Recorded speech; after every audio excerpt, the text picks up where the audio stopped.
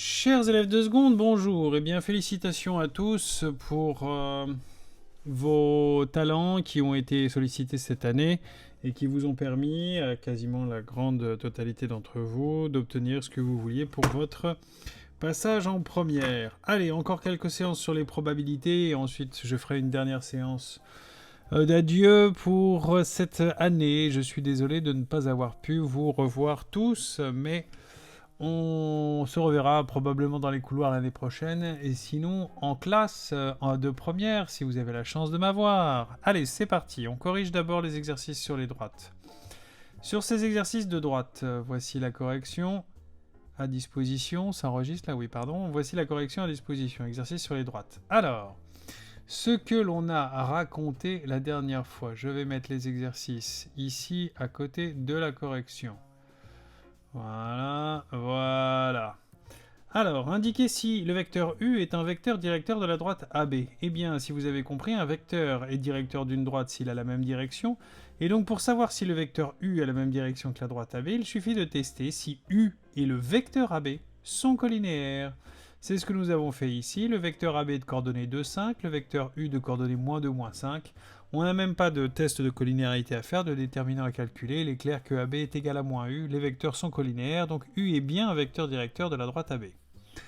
Vous vous entraînez du 111 au 115 chez vous pour l'année prochaine pour comprendre de quoi il s'agit. L'exercice 116. Déterminer une équation de la droite passant par A et de vecteurs directeurs U. Eh bien, c'est ce qu'on a mis en place la dernière fois et ça, faut vraiment bien comprendre cette rédaction. À l'aide d'un point M, un point M de coordonnées x, y sera sur cette droite, passant par A et de vecteur directeur U, si et seulement si le vecteur AM et le vecteur U sont collinéaires. Le vecteur AM, ses coordonnées sont x-1, y plus 2 en fonction d'un point M quelconque de coordonnées x, y sur la droite. Le vecteur U de coordonnées 5, 4, il est ici dans l'énoncé. Par conséquent, on fait le déterminant 4 fois x-1 moins 5 fois y plus 2, ce déterminant doit être nul. Et ainsi, le point est sur la droite si et seulement si, après calcul, 4x moins 5y moins 14 égale 0, j'obtiens bien une équation de la droite de la forme ax plus by plus c égale 0, que je peux remettre sous la forme y égale mx plus p si vous en avez le besoin ou l'envie pour retrouver le coefficient directeur. L'exercice 124, 124 pour l'exercice 1, déterminer une équation de la droite AB. Eh bien, très facile, il y a plusieurs possibilités. Soit vous reprenez l'ancienne méthode et à ce moment-là, vous cherchez le coefficient directeur et ensuite l'ordonnez à l'origine, soit vous utilisez la nouvelle méthode qui consiste à dire toujours la même chose, un point M de coordonnées XY appartient à la droite AB si et seulement si, par exemple, le vecteur AM et le vecteur AB sont collinéaires, mais j'aurais très bien pu prendre le vecteur BM et le vecteur BA, ou le vecteur BM et vecteur AB, etc. Le vecteur AM en fonction de X et Y, voici ses coordonnées, le point A de coordonnées 4, 5 encore. Le vecteur AB de coordonnées -1, -2, je effectue le déterminant qui doit être nul pour obtenir -2x plus y plus 3 égale 0. Exercice 130, trop facile, le point A est-il sur la droite? Il suffit de voir si les coordonnées du point A vérifient l'égalité. 4x plus 3y plus 5 égale 0, en remplaçant x par 2 et y par 3, je n'obtiens pas 0, le point n'est pas sur la droite. Les exercices ensuite, 138, déterminer une équation de la droite parallèle à AB passant par C. Alors parallèle à AB passant par C, eh bien c'est toujours la même chose. Je vais prendre un point M de coordonnées XY et je dis que ce point M est sur cette droite si et seulement si, eh bien le vecteur AB et le vecteur CM sont collinéaires. Pourquoi CM? Parce que c'est la droite qui passe par C. Donc une droite qui passe par C et qui est parallèle à la droite AB, ainsi c'est CM qui va être parallèle à AB. Comment tester, à quelles conditions CM et AB seront parallèles? Si tout simplement CM vecteur et AB vecteur seront collinéaires. Là, ça faisait un calcul super facile, j'obtenais y égale 0, soit l'axe des abscisses. Pour l'exercice 148, ça c'est une subtilité un petit peu plus compliquée. Comment tester si deux droites sont parallèles, sachant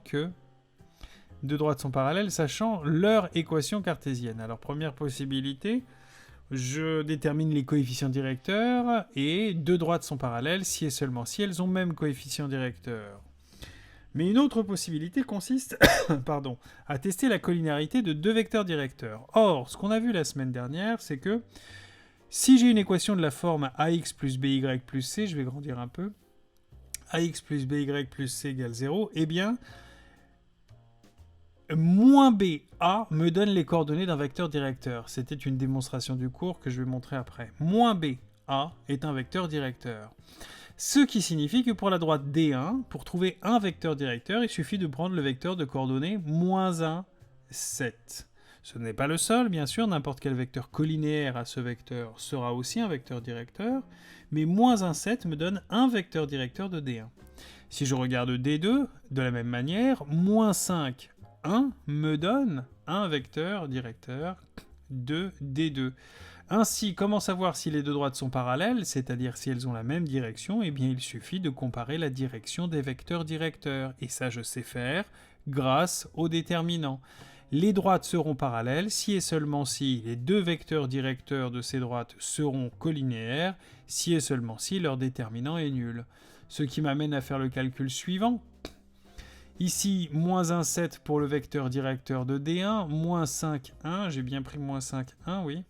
Moins 5, 1 pour le vecteur directeur de D2, en testant la collinéarité, c'est évident, moins 1 fois 1, moins 5 fois 7 ne donne absolument pas 0. Les vecteurs ne sont pas collinéaires, donc les droites ne sont pas parallèles. C'est réciproque.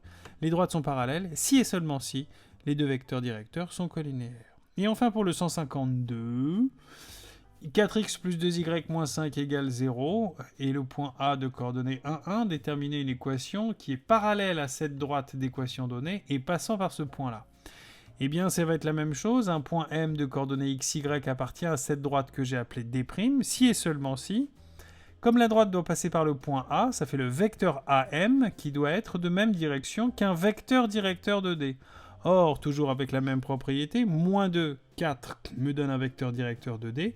Il faut donc que le vecteur AM, avec le point M de coordonnées xy quelconque, soit collinéaire au vecteur directeur moins 2, 4 de D pour que la droite AM soit parallèle à la droite D. Ce qui donne en rédaction M de coordonnées xy appartient à cette fameuse droite D' que je cherche si et seulement si le vecteur AM de coordonnées x-1, y-1 et le vecteur U de coordonnées moins 2, 4 sont collinéaires.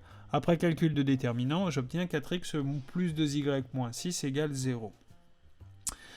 Alors, une petite subtilité sur le document que je vous ai fourni, vous avez les corrections.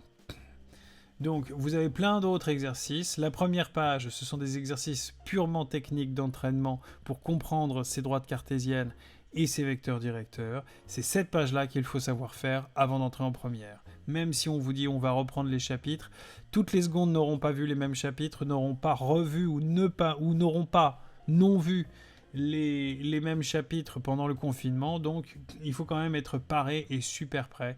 S'il y a quelques chapitres que je vous demande de revoir, ce sont les fonctions, les droites, celui-là, ce chapitre-là qu'on vient de voir, et les vecteurs. Vous avez d'autres exercices d'entraînement qui sont en partie corrigés. À vous de vous y mettre si vous voulez approfondir. Je proposerai un petit travail facultatif pour la fin de l'année aux élèves qui le souhaitent. Les corrections sont ici. Tiens, par exemple, je vais regarder la correction du 152. Alors, c'est très lapidaire la correction. On donne juste l'équation. Mais attention, je vous le rappelle, en première, comme si on avait pu faire un contrôle là-dessus en classe, il faut rédiger, expliquer. N'oubliez pas, faire des maths en lycée, ce n'est pas trouver la solution, c'est montrer qu'on sait trouver la solution. Il faut donc l'écrire. Vous voyez l'exercice 152, tiens, il me donne une équation 2x plus y moins 3 égale 0. Et moi, j'ai trouvé 4x plus 2y moins 6 égale 0. Alors, ce n'est pas la même équation. Pourtant, est-ce que j'ai faux ? Eh bien non, la bonne réponse est que non, je n'ai pas faux, bien évidemment, tout simplement parce que une droite admet plusieurs équations cartésiennes, si vous vous souvenez. Or, ici, 2x plus y moins 3 égale 0, comment l'ai-je obtenu à partir de l'équation que j'ai ici ?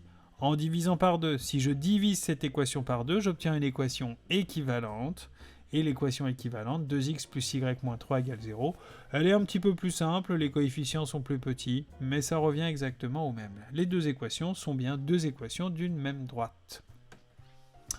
Voilà, de manière facultative et pour la suite, je vous conseille très vivement de rester un petit peu engagé au moins disons jusqu'à fin juin, en continuant à vous entraîner sur ces exercices de droite, pardon, je vais aller trop vite.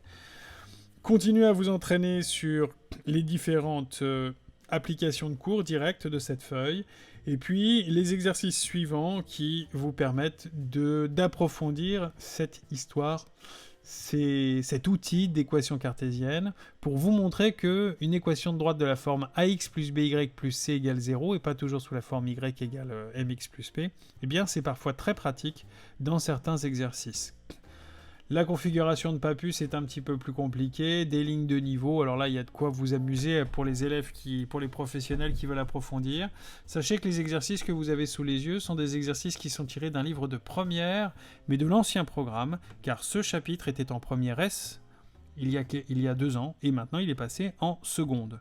Donc les exercices sont un petit peu plus approfondis, mais la première page reste exactement le niveau exigible en fin de seconde. Allez, dernier chapitre sur les probabilités. Alors, ça va consister en 2 documents. Le premier document, c'est certainement pas celui-ci, le voici. Le cours sur les probabilités, il consiste en 3 pages, je crois.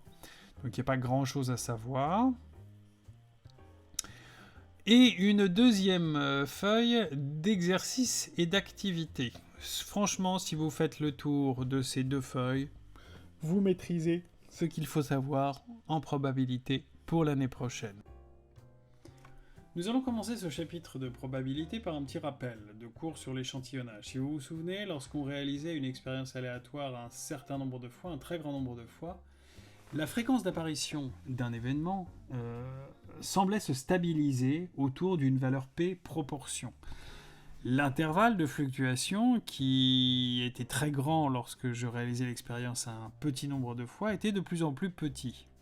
Qu'est-ce que ça veut dire ? Ça veut dire que si je lance un dé à 6 faces équilibré 6 fois, je ne suis pas sûr d'obtenir une fois la face 1, une fois la face 2, etc. Par contre, on s'est rendu compte que lorsqu'on simulait le lancer d'un dé à 6 faces un très grand nombre de fois, eh bien la fréquence d'apparition de chacune des faces semblait se rapprocher infiniment près, comme par magie, de 1/6, une chance sur 6.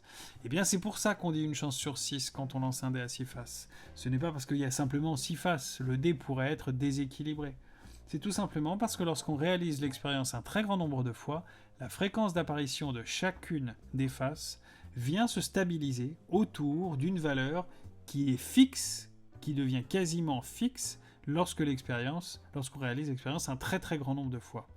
Et donc c'est ça la probabilité, c'est ça que nous appellerons la probabilité d'un événement, c'est ce vers quoi va se rapprocher la fréquence d'apparition d'un événement lorsque je réalise l'expérience un très grand nombre de fois.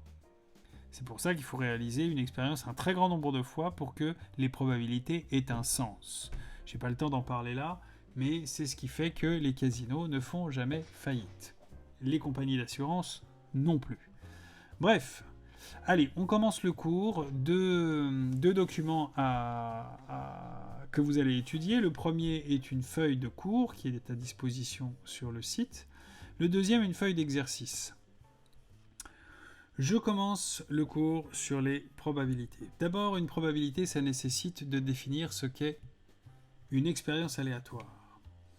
Une expérience aléatoire, c'est une expérience dont on ne peut être certain de l'issue. Exemple, je lance un dé à 6 faces. Même équilibré, malgré tous les progrès de la science, je ne saurais jamais être certain de la face que va me montrer un dé si je le lance à travers la pièce. Nous appellerons issues les différents résultats possibles d'une expérience aléatoire. Ici, pour un dé à 6 faces, les issues sont 1, 2, 3, 4, 5, 6. L'ensemble de toutes les issues, nous appellerons ça l'univers. Il est souvent noté oméga majuscule. C'est un oméga majuscule, c'est la lettre grecque qui permet de noter justement cette notion d'univers. On note sous forme d'ensemble les différentes notations de probabilité, les ensembles qui contiennent les différentes issues. Vous notez que l'univers est un ensemble d'issues. Il est noté avec des accolades. Un événement, mathématiquement, c'est un sous-ensemble de oméga. Concrètement, ça peut être décrit de deux manières. soit par une phrase, par exemple dans l'exemple de mon dé à 6 faces, le résultat est pair, voici un événement décrit. Ça peut être aussi décrit sous la forme d'un ensemble d'issues qui réalisent l'événement. Quelles sont les issues qui réalisent l'événement le résultat est pair? Eh bien, les issues de mon univers, ce sont 2, 4 et 6. Si je prends un autre événement, je peux très bien le décrire en français, le résultat est un multiple de 3. Ça, c'est l'événement B. Eh bien, je note comme avec A et comme avec l'univers, sous forme d'ensemble avec des accolades, B est égal à l'ensemble 3, 6. Ce sont les seuls multiples de 3 parmi les issues de mon univers.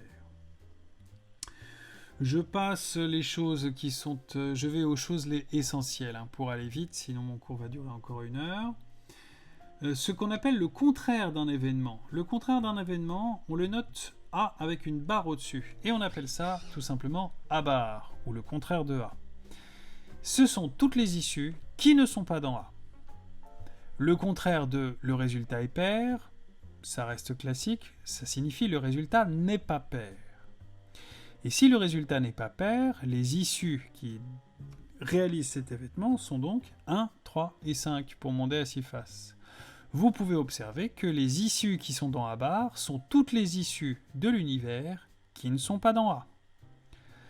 Par exemple, si je prends l'événement B, le résultat est un multiple de 3, le contraire de B, c'est le résultat n'est pas un multiple de 3. C'est très facile. Pour avoir le contraire, il suffit de mettre la phrase au négatif. Ou si la phrase est négative, la mettre en affirmatif. Ainsi, les issues qui réalisent l'événement B bar, contraire de B, sont les issues qui ne sont pas dans B. Le résultat n'est pas un multiple de 3, eh bien ce sont toutes les issues, sauf 3 et 6, soit 1, 2, 4, 5. Vous notez que en regroupant B et B bar, j'obtiens la totalité de l'univers. 1, 2, 4, 5, 3, 6 me donne bien toutes les issues de l'univers. Je peux avoir deux événements qui se réalisent simultanément. Par exemple, le résultat est pair et le résultat est un multiple de 3. Lorsque ces deux événements se réalisent simultanément, on dit qu'ils se réalisent simultanément. Merci. On le note A inter B. Alors, pourquoi intersection? Eh bien, tout simplement parce que les issues qui vont réaliser les deux événements en même temps, simultanément, sont les issues qui sont dans A, c'est-à-dire qui sont pairs, mais aussi les issues qui sont dans B, c'est-à-dire qui sont multiples de 3. Quelles sont les issues qui réalisent A et B simultanément? Eh bien, il n'y en a qu'une. C'est 6 qui est à la fois pair et multiple de 3. Vous remarquez que c'est l'intersection de l'ensemble des issues de A et de l'ensemble des issues de B. Intersection, comprenez les issues qui sont à la fois dans A et dans B, qui sont en même temps dans A et dans B. C'est pourquoi on utilise cette notation A inter B. L'issue est pair multiple de 3, A inter B, et on note encore avec des accolades. Il y a une autre situation qu'on va souvent utiliser, c'est la situation A ou B se réalise. Alors là, j'attire votre attention sur le fait que ce ou n'est pas exclusif. C'est-à-dire que ça peut très bien être A ou B, éventuellement les deux en même temps. A ou B, éventuellement les deux en même temps. Je n'exclus pas l'idée que A et B se réalisent en même temps lorsque je dis A ou B se réalise. L'issue est pair ou est un multiple de 3 dans mon exemple, eh bien je vais prendre donc toutes les issues de A et toutes les issues de B, et je vais les mettre ensemble. Comme ça, 2 est bien pair, ce n'est pas un multiple de 3, mais je veux l'un ou l'autre. 4 est bien pair, ce n'est pas un multiple de 3, mais je veux l'un ou l'autre. 6 remplit les deux conditions, je le prends. Et 3 n'est pas pair, mais c'est un multiple de 3, mais comme je veux l'un ou l'autre, il m'intéresse. Je regroupe donc dans un seul et même ensemble toutes les issues de A et les issues de B.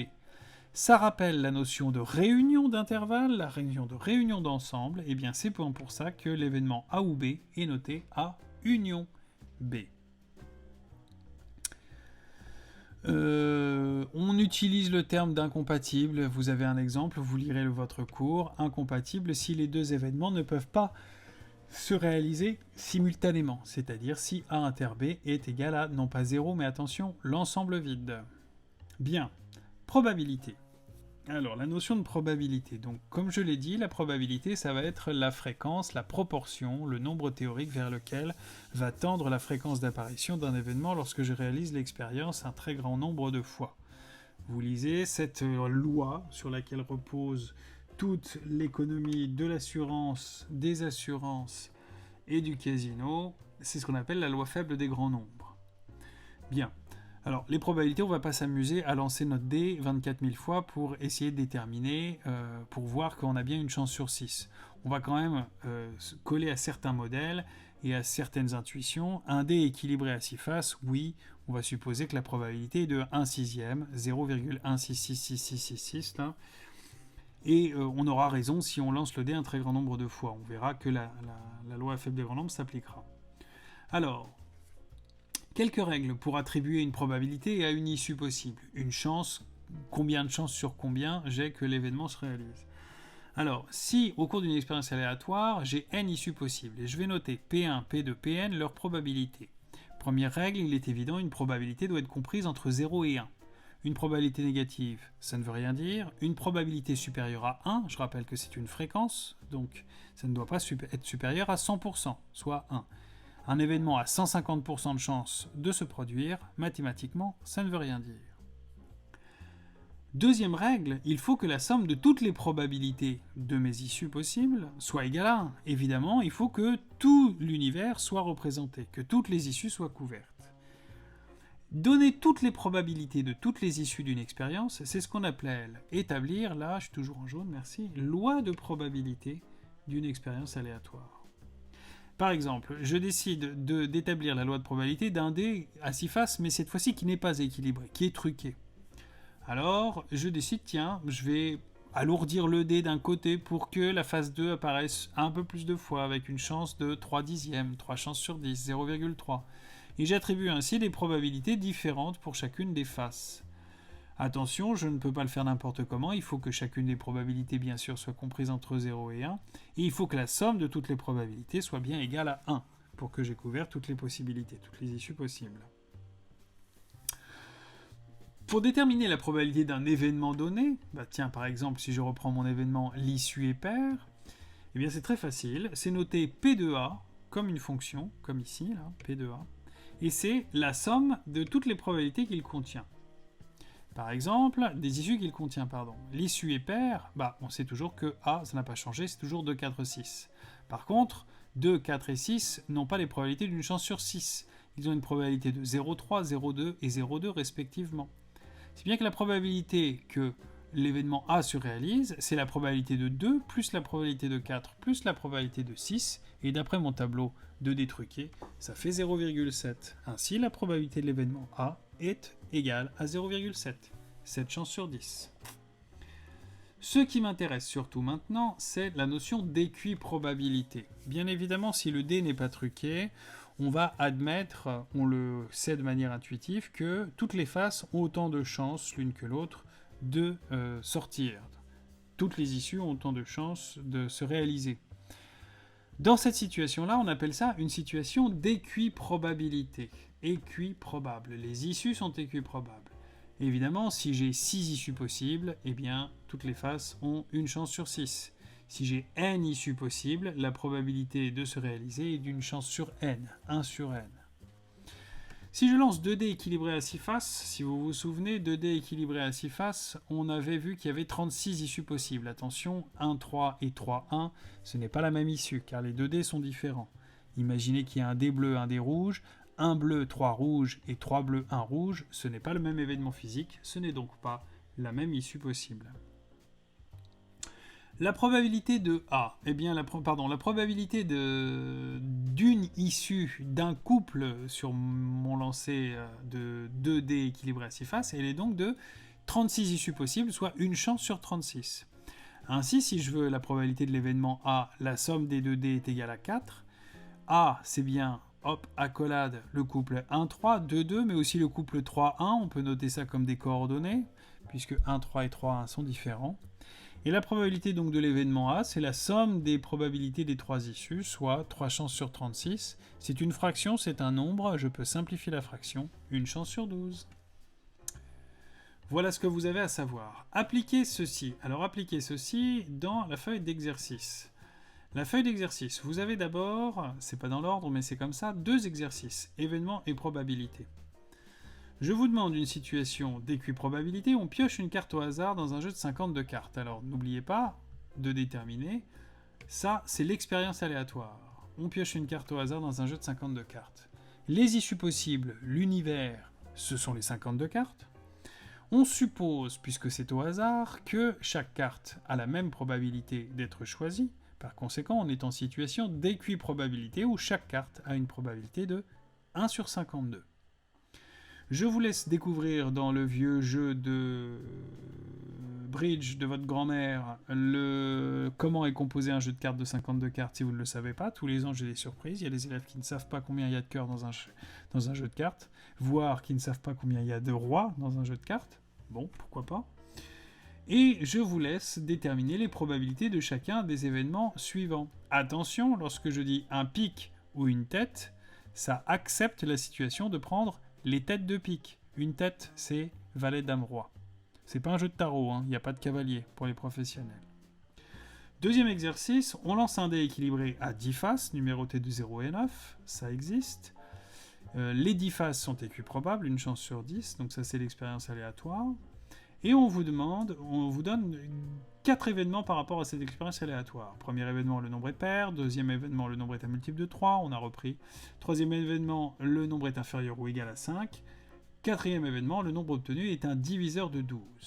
Ce que je vous demande dans cet exercice, c'est de me donner les issues qui réalisent chacun des événements suivants. A, B, C et D. Notez selon la méthode du cours, vous notez ça avec des petites accolades, comme ça, clac. Ensuite, d'autres événements. Les événements qui réalisent le contraire de A. Le nombre n'est pas pair. Le contraire de B. Le nombre n'est pas un multiple de 3, etc. L'événement qui réalise A inter B. Attention, l'intersection signifie A et B en même temps. Le nombre obtenu est pair et est un multiple de 3 en même temps, simultanément. Ne pas confondre avec A union B. Le nombre est pair ou un multiple de 3. Éventuellement les deux, j'accepte les deux. Et puis au fur et à mesure que vous allez avancer dans l'exercice, évidemment, ça va donner des événements de plus en plus compliqués. C bar inter D bar, où là le nombre obtenu n'est pas inférieur ou égal à 5 et n'est pas un diviseur de 12. Ah mais attendez, avant de se creuser la tête pour savoir quels sont les nombres qui vont convenir, je vous rappelle que vous avez déjà les issues de C et les issues de D. Vous pouvez donc très bien déterminer les issues de C bar, ce sont celles de l'univers qui ne sont pas dans C. Les issues de D bar, ce sont celles de l'univers qui ne sont pas dans D. Et donc une fois que vous avez les issues de C bar et les issues de D bar, je vous rappelle que l'intersection, ça consiste tout simplement à chercher les issues qui sont dans C et dans D en même temps. Donc C bar inter D bar, en français c'est imbuvable, le nombre obtenu n'est pas inférieur et n'est pas un diviseur. Mais en termes d'ensemble, finalement, c'est pas très difficile. Exercice 1 et 2 pour la prochaine fois sur feuille à photographier. Et puis je vais vous demander l'exercice, l'activité du cours qui va nous introduire les notations pour la semaine prochaine. Une station de ski, 800 vacanciers, 560 pratiquent le ski alpin, 200 pratiquent le surf, 40 pratiquent les deux disciplines. On choisit un vacancier au hasard. Voici l'expérience aléatoire. Quelles sont les issues possibles ? Eh bien les issues possibles, ce sont les 800 vacanciers. Quelle est la probabilité de chacune des issues possibles ? On va considérer qu'on est en situation d'équiprobabilité puisqu'on choisit un vacancier au hasard et que chaque vacancier a une chance sur 800 d'être choisi. Attention, pour comprendre bien cet exercice et pour ne pas se tromper, il faut bien comprendre la phrase « 560 pratiquent le ski alpin ». Ceci ne signifie pas qu'ils pratiquent uniquement le ski alpin. Cela signifie qu'ils pratiquent le ski alpin. Il y en a 200 qui pratiquent le surf. Très bien. Et les 40 qui pratiquent les deux disciplines, faites très attention, ces 40 sont déjà inclus dans les 560 qui pratiquent le ski alpin. Lorsque j'affirme en probabilité une situation, 560 pratiquent le ski alpin, ça ne signifie pas qu'ils ne pratiquent que le ski alpin. Ça signifie qu'ils pratiquent le ski alpin, mais qu'ils peuvent aussi faire autre chose. Tout comme le ou n'est pas exclusif, c'est pas ou l'un ou l'autre exclusivement, ça peut être les deux en même temps. Lorsque j'affirme le vacancier pratique le ski alpin, Ça signifie qu'on ne sait pas s'ils pratiquent le surf ou non. Lorsque je dis 200 pratiquent le surf, eh bien ça veut dire que parmi les 200 qui pratiquent le surf, il y a les 40 qui pratiquent les deux disciplines et qui sont inclus. Je vous laisse réfléchir à ça. Tentez si bien. Voilà, on appelle l'événement A, le vacancier choisi au hasard pratique le ski alpin, l'événement B, le pendant pratique le surf. Attention, A et B ne sont pas incompatibles. Il peut y avoir des vacanciers qui pratiquent les deux. A inter B, j'en ai 40 justement. Oups, j'ai répondu à la question de A. Alors, ce que je vous demande, c'est de déterminer l'effectif de chacun des sous-groupes possibles. Alors, la première question déjà, c'est de traduire avec des notations mathématiques les situations, les événements suivants. Le vacancier pratique le surf et le ski alpin. Ok, on vient de le dire, c'est A inter B. Le vacancier pratique le surf, mais pas le ski alpin. Alors, pas le ski alpin, c'est A bar. Le surf, c'est B. Et donc, le deuxième événement, ça sera noté A bar inter B. C'est ce que je vous demande. Je vous demande de la même manière de me traduire les deux questions suivantes avec cette même notation. Vous allez ensuite me faire un joli petit tableau comme celui-ci, et vous allez me remplir les cases avec les effectifs de chacune des situations suivantes. Je vous aide pour la première, A inter B, alors, pardon, vous voyez qu'on a mis justement les 560 total de A. Mais alors total de quoi? Total de ceux qui font le ski alpin. Eh bien regardez, ces 560 incluent bien les A inter B, c'est-à-dire ceux qui font du ski alpin et du surf, plus ceux qu'il faut déterminer ici, qui font du ski alpin, mais qui ne font pas de surf. A inter B bar. Les effectifs qu'il faut mettre ici, la somme de tous ces effectifs-là doivent me donner normalement 800. Et la somme en ligne et la somme en colonne doivent correspondre au total. Ici, le total de tous les B, le total de B bar, c'est-à-dire l'effectif de B, l'effectif de B bar, l'effectif de A et l'effectif de A bar. Quand vous aurez rempli ce petit tableau, je vous demande ensuite ce qu'on appelle un diagramme de Venn. C'est un diagramme dit en patates. Je fais une première patate qui va contenir toutes les issues de A, les vacanciers qui font du ski alpin, toutes les issues de B, les vacanciers qui font du surf, et vous observez que ces deux patates, je les ai chevauchées, de manière à pouvoir mettre ici les vacanciers qui sont à la fois dans A et à la fois dans B. Donc la première question, c'est de recopier ce diagramme de Venn et de mettre dans chacune des zones possibles, alors il y a 4 zones, il y a la zone ici, il y a la zone ici, cette zone-là, et vous avez remarqué la patate supplémentaire que j'ai mise autour, qui est en fait la patate de l'univers, qui contient les 800 vacanciers. Et je vous demande de mettre dans chacune de ces zones l'inscription A inter B, où cela convient d'être mis, et puis A bar inter B, A inter B bar et A bar inter B bar. Vous m'offrez ensuite, pour finir, un deuxième diagramme de Venn, tout à fait identique à celui-ci, et au lieu de mettre les notations A inter B, etc., je vous demande de mettre dans chacune des zones les effectifs qui correspondent à chacune des zones. Ces effectifs qui, normalement, ont été calculés dans ce tableau-là. Il reste la question il reste la question C, où on vous demande de refaire ce tableau avec non pas des effectifs, mais des probabilités. Comment calcule-t-on par exemple la probabilité de A? Eh bien, sachant que j'ai 560 vacanciers dans l'ensemble A et que j'ai 800 vacanciers en tout et qu'on est en situation d'équiprobabilité, la probabilité que l'événement A se produise, elle est donc de 560 sur 800. Je vous demande des valeurs exactes, c'est-à-dire des fractions simplifiées, des fractions de nombres entiers irréductibles. Voilà, c'est pas méchant pour l'instant. Pour la prochaine fois, je vous demande juste l'activité du cours, les exercices 1 et 2. Si vous voulez vous amuser à approfondir un diagramme de Venn et le tableau, c'est l'exercice 5 et l'exercice 6, mais je le demanderai pour dans 15 jours, mais si vous voulez prendre de l'avance, pas de problème. Et puis on s'amusera la semaine prochaine avec la représentation sous forme d'arbres et des exercices un peu plus de recherche. Si vous voulez vous amuser sur ces exercices de probabilité, vous avancez, pas de problème sans moi. Le minimum requis, c'est activité de cours, exercices 1 et 2 sur feuille pour lundi prochain, 23h59. Vous avez de quoi vous amuser aussi avec ces exercices-là, si vous voulez continuer à vous entraîner. Je vous le conseille très très très fortement de ne pas arriver en cours de première sans avoir revu ce chapitre sur les droites du plan et les vecteurs.